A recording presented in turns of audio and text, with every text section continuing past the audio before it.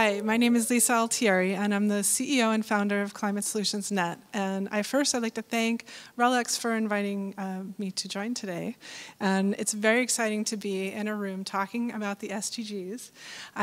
My graduate work was in environment and development economics, and my dream was to go do work abroad in environment development projects locally.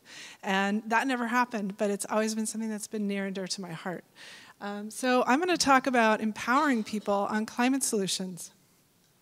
So if any of you saw the recent report, the new update on where we're at in relation to our 1.5 degree goal, it's a tough read. And so we are far behind our science-based goals, both clearly in the US at the national level, but also globally with the Paris country commitments that we have. We have got to look for alternative pathways in addition to policy to really move us forward to the planet that we need to have as soon as possible. And so one of the opportunities that we have that's emerging now that has the potential to make a huge impact on our ability to meet our goals and move solutions forward is in empowering individuals around the solutions pathway. Great. So we are in a very important moment right now. 40% of US emissions come from basic household activities in the areas of electricity use, home heating, transportation, food, and waste.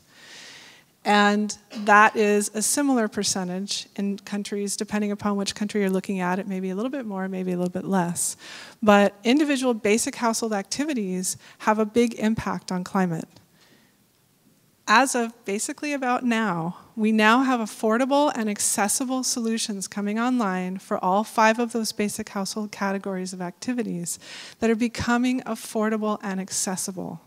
This is a really important moment because that was not the case 5 years ago. This was not the case 10 years ago. But it is now. And not only can families and households choose these actions and lower their impact significantly, they can also generally save money in the process, create local jobs, improve their health by improving the local air quality, and in generally be a real big part of helping create the future that we all really want to see. So next slide.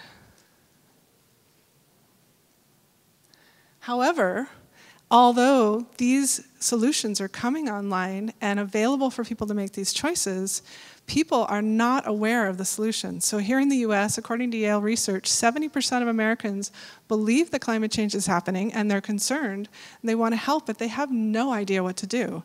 They don't know what the solutions pathway looks like. They don't know what their household impact looks like and where it's coming from. They don't know what choices and actions that they can make to help. And if you gave them a list of 5 actions, they would have no idea which one was more important. So our mission and our goal with this platform, our tech solution, is to empower people on solutions. Our goal is to make it simple, easy, and fun for people to learn about solutions and what they can do, and most importantly, connect them to work together in community so that they are motivated to take action. So that is the question, and I kind of just gave you the answer. But how do we empower people? What actually works? What moves the needle forward? So let's see, next slide. Simple, easy, and fun. So I participated in this. I did this on the ground in my own community. So I live in the city of Palo Alto. Back in 2007, City of Palo Alto did their first climate action plan. And one of the first things they did after that was kind of unusual. It's not what cities normally do. They held a community meeting, and they brought us together and they said, hey, we just did a climate action plan. This was a new thing because they were one of the first cities that did it. And so they said, here's our emissions and where they're coming from, and here's some of the city policies we're thinking about doing. Here's the goal that we're taking to council. But in order to get there, we need your help. And so they didn't come to us with a program. They came to us with an ask. They said, we want to create teams across the community to work on lowering our emissions in different segments. We want a team for businesses and a team for schools and a team for government, a team for Stanford, because it's right there, and then a few others, and then they wanted a team for residents. So I was so excited that they were asking us participate, I'm like, I'm in. So I volunteered to lead the residential effort in my own backyard.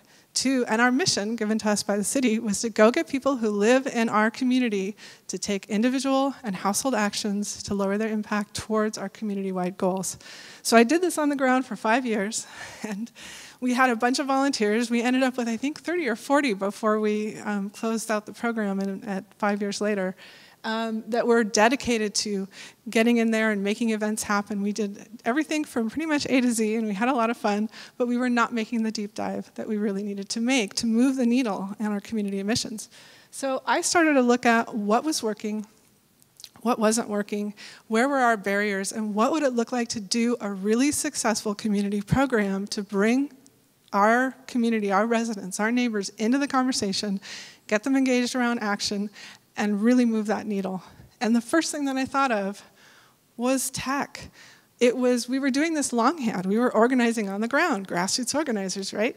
It's extremely effective. We saw things working, but it was really time intensive, and it was really difficult to scale. So the first thing I thought was, what do we need here? We need some tech, because what is tech really good at?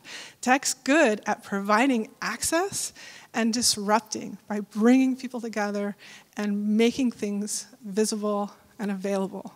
So that's what we did. We went out and built a platform that is a tool to enable communities to engage at the residential, at the neighborhood, individual household level towards these community goals and to come together as a community and really move the needle on carbon emissions.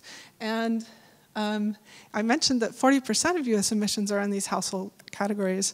For most cities, it's 50% or more. So it's the larger cities that have a smaller percentage, but most of the average cities that we have, most of those, other than the really big cities, most of them are 50% or more of these emissions are coming from these categories. So getting folks in the community together to work on this can have a huge impact. Okay, next slide. So I mentioned that we saw some things that were working. The two things that we saw were working first was providing information. Most people want to help, they don't know what to do. Providing them really good information about actions is really important. But that's actually not what we saw for the most part moving the needle. What moved the needle was the social connections. When folks were chatting with their neighbors about the actions they were thinking about taking, talking about what contractor they use for their heat pump water heater install, working in small teams, working in community groups like high school or a faith community or a senior community or a sports club. When we started to bring these community groups to work together, we saw traction. When we ran Community Challenge, we saw people get engaged. So the social aspect is the most important part of empowering people. So our site, just really quickly, it's community-based. We're launching nationally early next year, and wherever anyone goes to participate in this challenge, they'll be working with a site that has local information, local branding, local photos, and it will feel like it's built for them. Really important when you're engaging people is make it personal, make it relatable, make it something that they can connect to that makes sense in their lives. In our site, throughout the whole site, it's positive. It's focused on creating this vision of the future that we can all create together. It's focused on the solutions, and it's focused on all the things that will happen if we take these actions that are positive. So next slide. So really quickly, we help them discover their impact. We help them see how they relate to others. What does my impact look like in my household compared to my city, the US, the UK, China, and India? We want to help provide perspective. We also educate about equity in the text that we have on the site, about how the impacts are not equal. Next slide. And of course, those are in tons CO2e. And then we also help them find actions that are right for their household. We have just right now just under 70 actions. And the real benefit of having a lot of actions is that we can meet people where they are in their household. So if they are a low-income household and they're challenged and some of the bigger actions are tough, there are still actions that they can do. And one of our big focuses with this platform, once we launch nationally, will be to look at how can we bring resources in through this platform and get it out to residents across the spectrum including, and very importantly, low-income and frontline communities, where we can help provide resources coming in, like possibly funding to help support a new community garden in a food desert, or free light bulbs to come in and help folks change things out. So we're helping connect them. Next slide. And actually, that's what I just referred to. So hooking them up with resources. We make it really easy on our site for them to just get connected right away into those resources that can help them take these actions and get them, go all the way from I want to do this to I completed this. Next slide. And then also, most importantly on here, is we connect people to help each other out. We say to them, help each other be successful. So we provide a way for them to chat with each other, talk about what they're doing, ask a question, their neighbor can answer it, they can post a tip like a contractor or a particular product that worked for them, so they can actually create this knowledge base and help each other actually get to success with these actions. And then finally, one more slide. So, and most importantly, as I said, working together in communities. So all the communities that they can work with a small team, they can work with a community group or geographically with their neighborhood. All of those on the site have a way to track their progress together, chat with each other together, and to help move this forward. And then one more slide. So as I mentioned, we're piloting right now in 20 cities across the US from Hawaii to Virginia. We're planning on a national launch early next year. And then once we get the US up and running, we're going to go global. So we're going to set this out globally, track progress, put up dashboards to track nationally as well as track internationally. And our mission is within 5, max 10 years, when you ask someone on the street what the solutions to climate change are, they won't say solar ? Or I don't know, which is what they do now. They'll say, oh yeah, they're this, this, this, and this, and I've done these 3. That's our goal. The final slide, please. So thank you very much for the time.